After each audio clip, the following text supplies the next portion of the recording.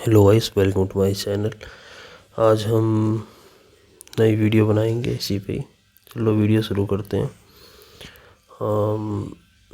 एक हमारा जो सेशन चल रहा है सॉलिड वर्क ट्यूटोरियल्स का, हम उसी को ही कंप्लीट कर रहे हैं। तो ये हमारे पार्ट है, देख सकते हैं आप। हमें ये वाला पार्ट बनाना है 4th नंबर, जो टेपर के अंदर 1:100 जो होता है। आज मैं तुम्हें बताऊंगा इसका करना क्या होता है। जैसे लेंथ 7 है तो 7 डिवाइड बाई 100 जो वैल्यू आएगी उसको 7 से माइनस कर दो। समझ रहे हो? जैसे 1:100 7 हमारी एक साइड की विड्थ है, तो 7 डिवाइड बाई 100 इसमें जो वैल्यू आएगी वो हमें 7 में से माइनस कर देनी है।